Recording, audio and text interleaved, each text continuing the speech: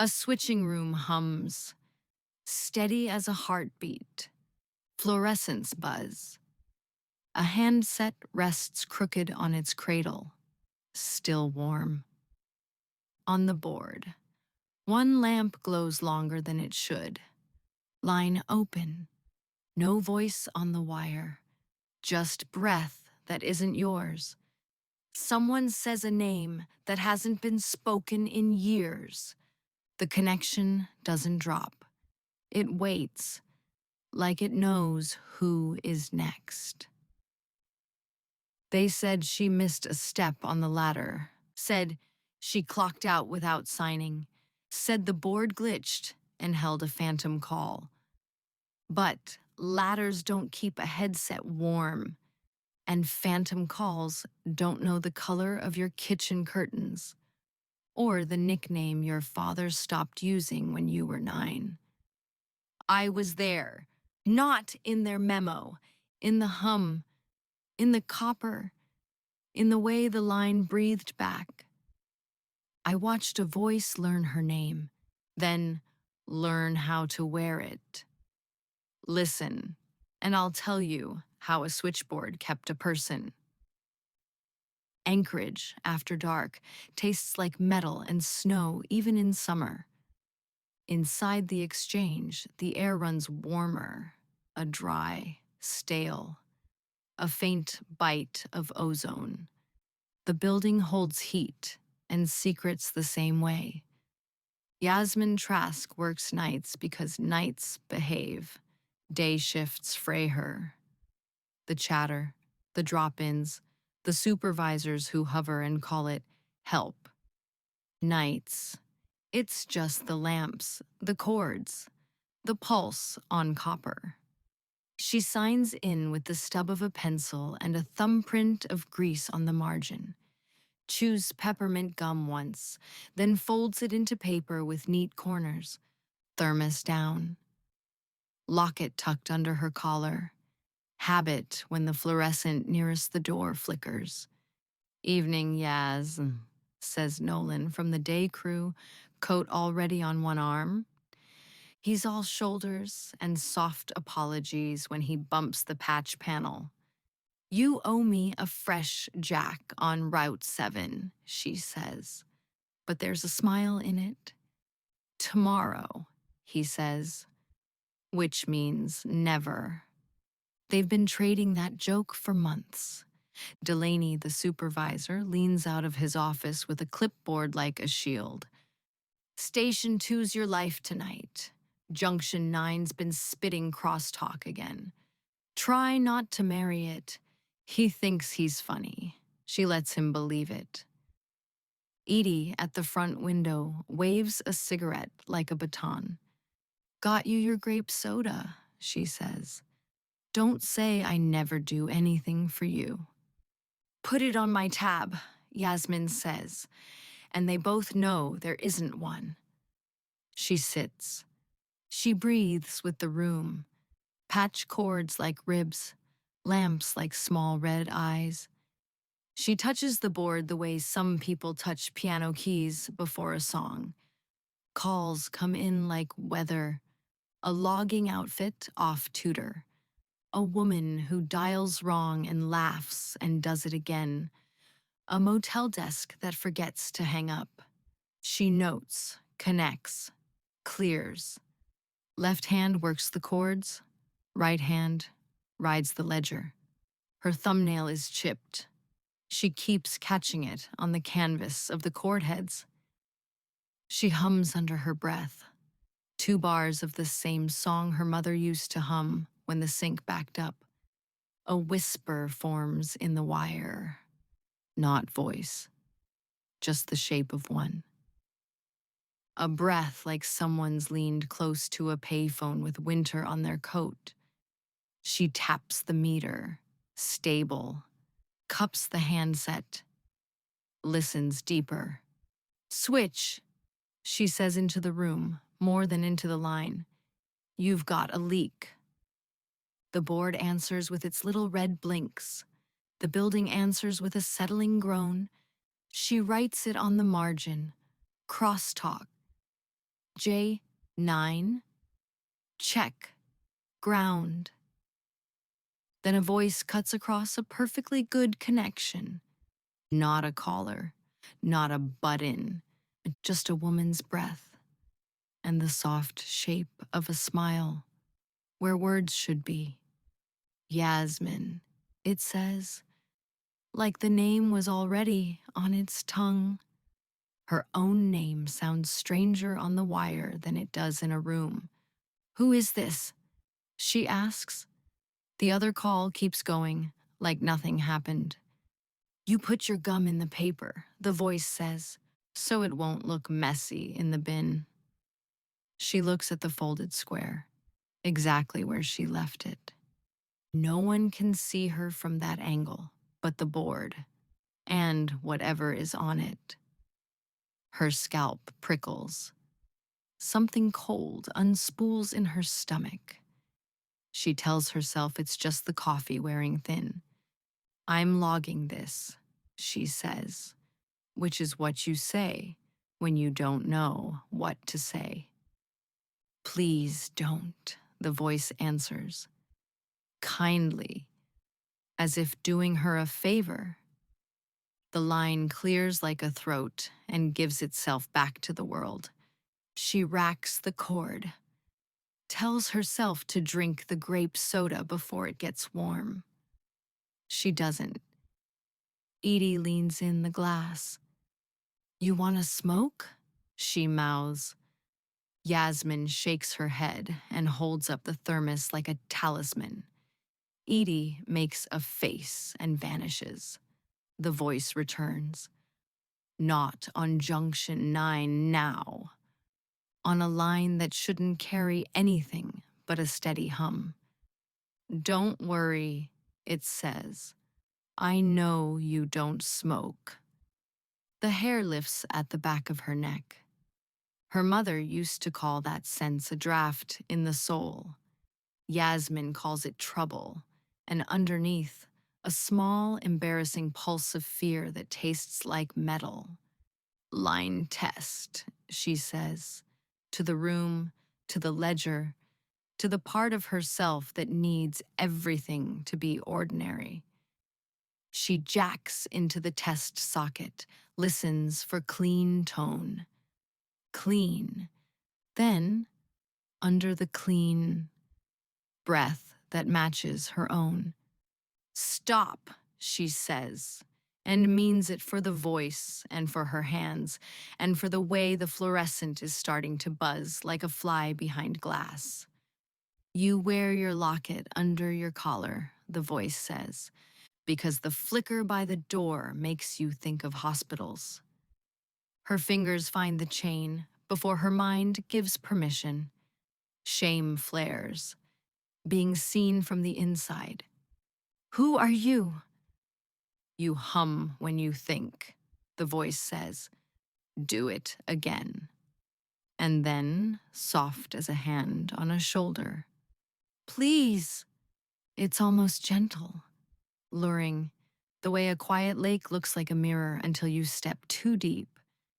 She feels herself lean toward the handset, like toward warmth in winter, and clamps down.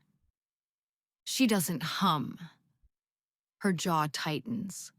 A line of headache forms behind her right eye. Delaney's head appears in the doorway.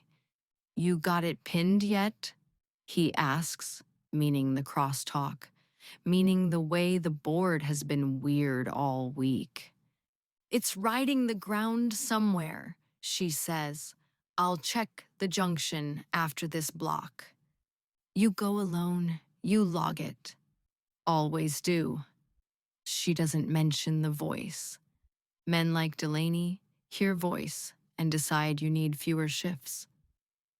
She swallows the thought, along with a small curl of anger that tastes like grape soda she never drinks. The voice changes temperature, same tone, different weather. Yasmine, it says, and now the shape of the word fits her mouth exactly. It speaks as her. Line clear on 7, it says in her voice. Patch me to exchange too, it says in her voice. Don't forget your locket, it says in her voice. Laughing, her laugh, bent at the end. Nausea ripples up from her ribs, being thrown out of her own sound. Cut it out, she says. The meters tick, unbothered. Don't be mad, her voice says back, not from her throat. You'll like it better this way. The lure slips its velvet. The wire bears a tooth. She sets her headset on the leather pad and takes the field kit. Better a real junction than a wire that wears her face. She logs. J9, inspect. Takes the ladder, leaves the grape soda unopened, cold ring on the desk. For a beat, her hands shake. She hides them by tightening the strap on the kit. Down the hall, past the glass, through the steel door at the back where the corridor narrows and the air changes. The junction room is a narrow throat, concrete and cable, a smell like old rain and pennies. Copper combs line the wall, each tooth with its own burden. She kills the overhead and listens to the wire itself. The building hum climbs through her soles and settles behind her eyes. She tests continuity, grounds and ungrounds, works a jumper, watches the needle shiver. There you are, she tells the board, like talking to a dog under the porch. Come on out. Her voice sounds brave in the small room. Inside, she feels 12 and alone in a hallway with the lights on a timer. The breath comes from the line instead. Closer now. Intimate by design. Don't be afraid, it says. Hold the receiver. She hasn't brought a receiver. The voice doesn't need one. It lives on copper. Her palms are damp. The locket chain is suddenly too heavy. What do you want? She asks. To keep you, it says. Plain as a memo. Pleasant as a lullaby. A laugh slips from her. Thin, defensive, human. You can't keep people, she says. Like telling a child a rule. You keep numbers, it says. Frankly, you keep names. You keep what calls. You can keep what answers. Back in the switching room, a lamp on station 2 blooms red. The cord head drifts an inch, then settles back, as if guided by a hand that doesn't trouble the air. In the junction throat, a draft moves through the cable like a low tide turning. Light flares once, then fades. She thinks of her mother's hands rinsing apples, how the water skims and finds a place to fall.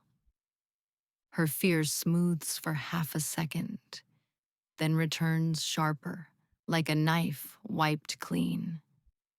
Yasmine, says her voice from the wire, kind again.